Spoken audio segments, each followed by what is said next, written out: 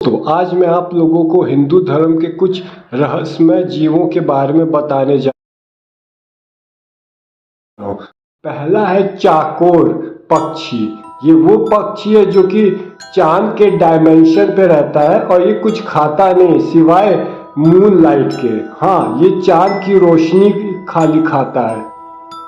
दूसरा है एरावत हाथी, जिसका नाम आप लोगों ने सुना ही होगा, जो कि इंद्र जी की सवारी है।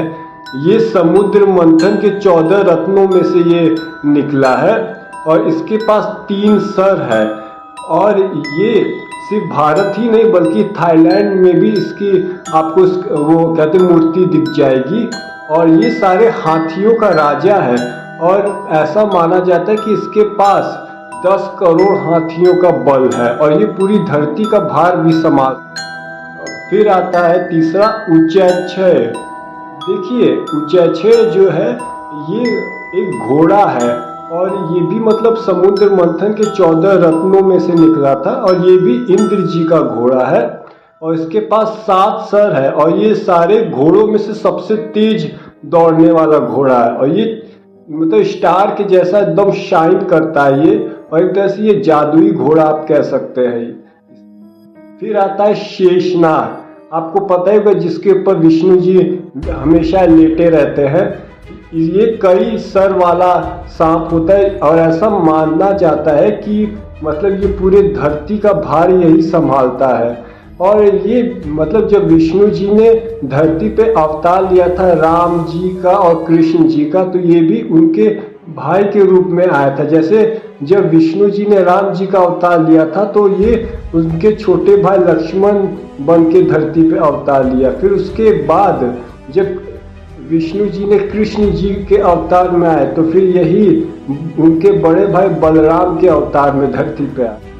फिर तिमिंगला, ये हिंदू धर्म में एक समुद्री जानवर है जो कि समुद्र के एकदम गहराई में रहता है और इसका रामायण और महाभारत में इसका जिक्र हो चुका है।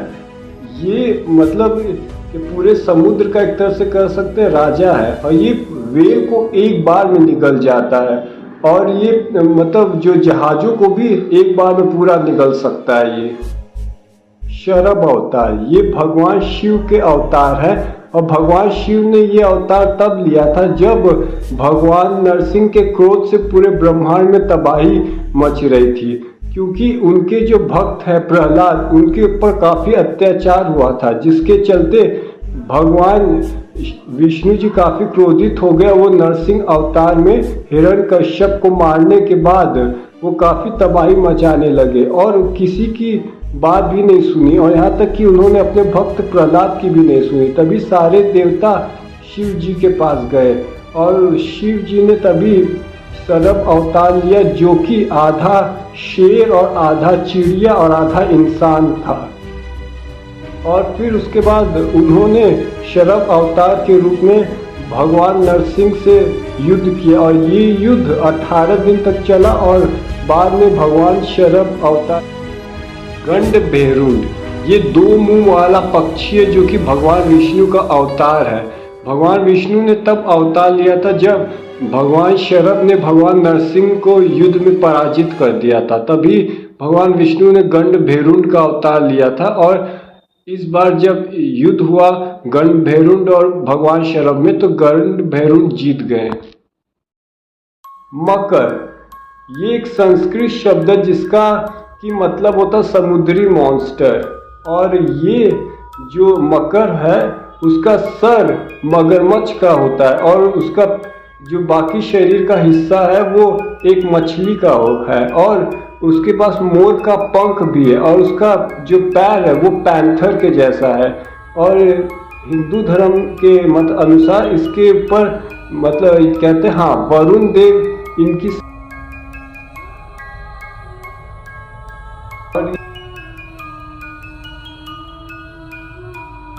व्याल, ये हिंदू धर्म का वो जीव है जिसका कि सर और शरीर पूरा शेर के जैसा होता है और इसका जो सूंड होता है हाथी का और इसकी जो पूंछ होती है वो सांप जैसी होती है। और ये मंदिरों का रखवाला बताया गया है हिंदू धर्म में। और साउथ के मंदिर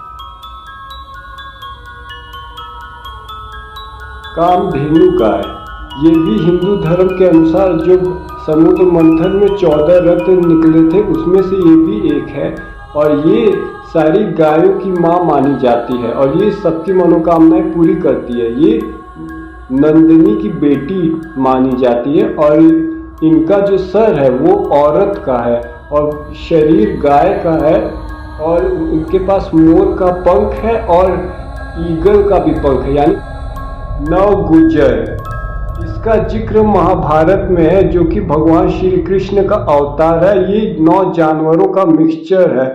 इसका मुंह मुर्गे का है और इसका जो गर्दन है वो मोर का है। इसका पीठ ऊंट का है, उसके बाद सांड का और इसका जो पूंछ है वो सांप का है और इसके जो हाथ है वो हाथी के, हिरन के, टाइगर के और इंसान के हैं।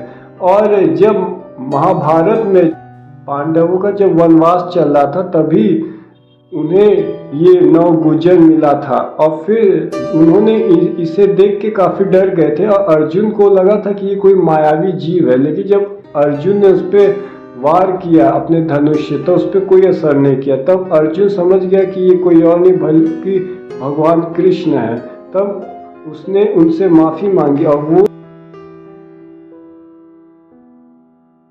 तो चलिए आज के लिए इतना है। ये वीडियो आपको कैसी लगी? अगर आपको ये वीडियो पसंद आई तो आप कहिए कि मैं इसका एक और पार्ट ले आऊँगा या फिर मैं और भी ऐसे रहस्यमय जानवरों के बारे में बताऊँगा जो कि सिर्फ हिंदू धर्म के नहीं और भी अलग अलग मतलब देशों के जो पौराणिक कथाओं में जिनका जिक्र है।